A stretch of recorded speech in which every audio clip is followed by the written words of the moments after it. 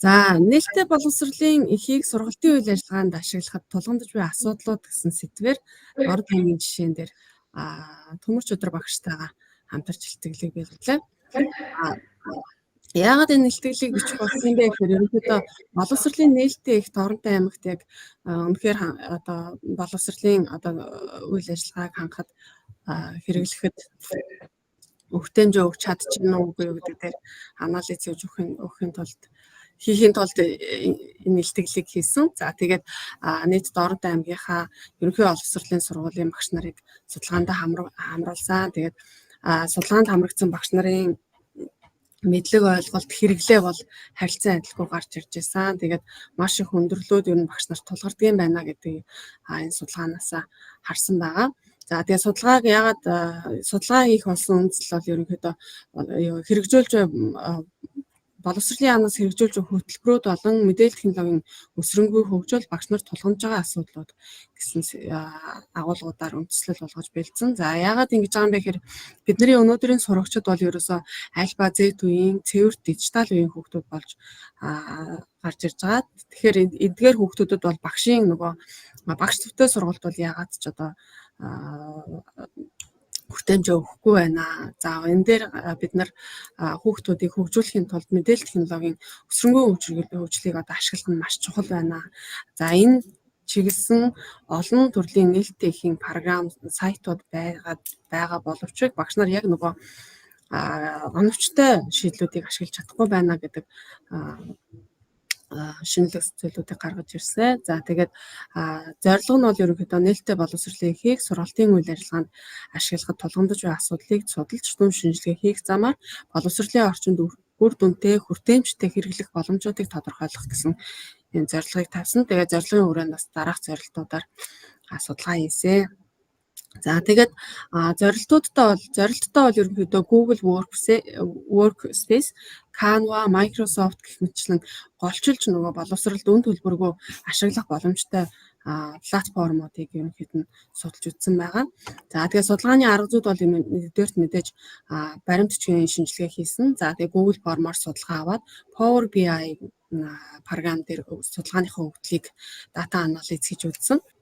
Судлагдсан байдлын тойм дээр яг нээлттэй их юм боловсрал их сурвалж гэдэг ингээд яг олон улсын түвшинд манай Монгол улсын түвшинд ямар судалгаа хийгдэж байна гэдгийг ингээ хараад үзэхэд бол олон улсын түвшинд бол 2006 онд Wiley 2014 онд Hilton, за 2012 онд Clement гэдэг ингээд хүмүүс бол яг боловсролын нээлттэй ихийн чанар хүртээмж хэрэглэх арга зүй суралцагчийн амжилтад үзүүлж байгаа нөлөө чиглэлээр судалсан. За дээрэс нь UNESCO бол 2002 онд бол дээд боловсрол дах нээлттэй ихийн сурвалжийн үр нөлөө гэдэг ингээд судалсан байдаг бол Монгол улсад бол олон судлаачид бол яг энэ чиглэлээр ингээд сургалтууд судалгаануудыг хийсэн байдаг. Гэвч яг нөгөө яг багшийн нөгөө хэрэгжилж байгаа хэрэглэгдэхүүнд яг энэ нээлттэй ихийн програмууд хангалттай байна уу гэхэд бол ерөнхийдөө бүх багш нар бол тодорхой хэмжээгээр хэрэглэдэг. Гэхдээ яг нөгөө танхимын хичээл ингээд бүрэн ашиглахад тоног төхөөрөмж ус өсвөлээ орчин үнэхээр хангалттай байдаг юм байна гэдгийг бас судалж харлаа. За тэгээд судалгааны хэсэгт бол ерөнхийдөө Торонто аймгийн 19 сургуулийн нийт 145 багш хамрагдсан. За тэгээд энд бол ерөнхий багш нарынхаа мэдлэг мэдээлэл, за ашиглалтын түвшин нь ямар байна, ямар хөндрөлөд гарч ийнэ гэдэг талаар ерөнхийдөө судалсан байж байгаа. За тэгээд ингээд багш нарыгаа ерөнхийдөө мэргэжил болон ажилласан жилээр нь харьцуулж харж үзсэн. За тэгэнгүүт яг судалгаанд хамрагдсан багш нарын 38% нь бол бага ангийн багш нар байсан. За тэгэхээр нөгөө нэг боловсролын яг нээлттэй эхийг ашигладаг одоо нөгөө багш нарын дийлэнх нь бол бага ангийн багш нар юм байна гэдгийг эндээс харж болж байгаа. За дээрэс нь хэдийгээр нөгөө энэ дээр мэдээллийн технологийн багш одоо нэлээд өндөр түвшинд байх болов гэж бид нар найдаж байсан боловч яг нөгөө нэг багш нар бол яг энэ нээлттэй ихийн програмуудыг бол хангалттай ашигладаггүй гэсэн судалгаанууд гарч ирсэн. За тэгээд бусад багш нар бол харилцан адилгүй судалгаанд хамрагдсан байж байгаа. За би энэ Power BI програм дээр анализаа оруулаад шууд презентацэндээ оруулаад ирлээ. За тэгээд судалгаанд хамрагдсан багш нарын маань нийт одоо дүгнэлт энд харагдаж байгаа. За тэгэхээр ажилласан жилээр нь хараад үзэх юм бол 16-аас 20 жил ажилласан багш нар бол энэ яг нээлттэй их юм програм платформуудыг дийлэнхтэй ашигладаг гэж гарч ирсэн. За тэгээд ингээ хараад үзэнгүүт үнэгүй хувилбарыг хамгийн их багш нар ашигладаг. Ерөөсөө л үнэгүй л байх юм бол ашиглаад явцдаг. Гэтэл нөгөө нэг биднэрт нөгөө ерөнхий олон сургуулийн багш нарт болохоор мэдлээ, MOIS гэдэг хоёр хаяг байдаг. Тэр хаягуудаараа яг ингээд үнэгүй лиценз үнэгүй хувилбарыг нь ашиглаж чадчихэв нүг гингүүд үгүй зүгээр нөгөө нэг 5 дотроо нөгөө 5 програм 5 хичээл бэлдэх хэрэгтэй 10 хичээл бэлдэх хэрэгтэй энэ төр гэл ингээд нөгөө яг нөгөө тэр үнэгүй хувилбаруудыг л ашиглаад байна. Гэтэл нөгөө энэ судалгаан дээрс ингээд дүгнээд ингээд харангууд нөгөө бид нарт дээр ашиглах боломжтой байгаа нөгөө боловсролын нээлттэй ихийг ашиглах боломжтой гэдэг өгсөн тэр мэдлээ MOIS хаягуудаараа ингээд багш нар маань ингээд хангалттай энэ нөгөө үнэгүй хувилбаруудыг энэ буюу нээлттэй их материалаар нь яг боловсролын сайтаар нь ашиглаж чаддаггүй байна гэдэг судалгаа харагдсан. За тэгээ энэ нөгөө Book Creator, Nearpod, Canva, Google Workspace, Kahoot, Microsoft гэдэг энэ програмууд бол нөгөө боловсролын нээлттэй боловсролын домайн хаяг дээр бол үнэгүй ашиглагдах боломжтой. Гэтэл яг ингээд багш нарын маань ингээд дийлэн хувь энэ одоо юг үнэгүй ашиглах хувилбарыг ингээд огт ашиглаж чадахгүй байна гэдгийг энэ дээрс харж байсан. За тэгээ ингээд энэ яг за дүрлээ. За тэгээ ингээд яг энэ ингээд чиглэлээр ингээд нээлттэй ихийн одоо энэ үнэгүй ашигладаг програмуудыг мэдлээ болон MOIS хаягаараа ингээд ашиглах боломж бүх юм сургалтыг авахыг хүсэж байна гэнэ маш ихээр авахыг хүсэж байна гэдэг хариултыг өгөөд тэгээд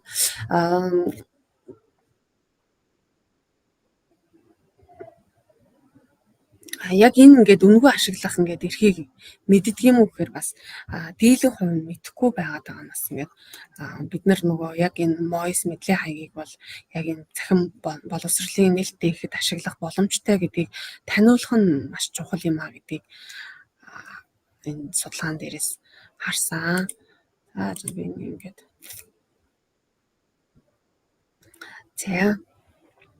за тэгээ ингээд нөгөө нэг эдгээр програмууд дээр маань тухайн сургууль эдүү домайнтай байх хэрэгтэй байдаг. За тэгтэл ингээд танай сургууль эдүү домайнтай юу? За тэгээд яг энэ өөрийн гэсэн вебсайт байдгүй гэдэг ингээд асуугаад үзэнгүүт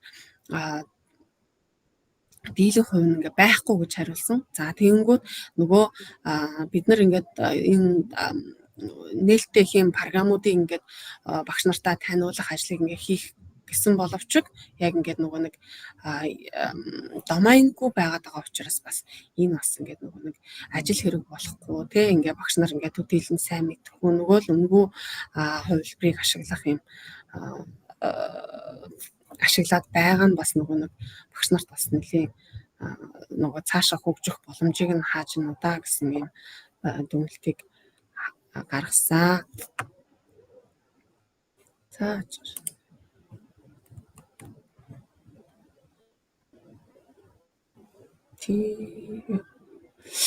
За ингээд ерөнхийдөө ингээд багш нараас ингээд судалгаа аваад ингээд энэ судалгаан дээр анализ хийгээд үзэхэд ерөнхийдөө бол 40% нь болохоор мэдээлэл зааварчилгаа дутагдaltaй учраас бид нар яг энэ үнэгүй хувилбарыг ашиглах боломжгүй байна. Тэгээд дээрэс нь энэ боловсролын нээлттэй их материал дээр болохоор одоо яг ийм боломжууд байдгийг ингээд бид нар огт мэддэггүй байна гэсэн юм хариултуудыг өгч ирсэн. За тэгэхээр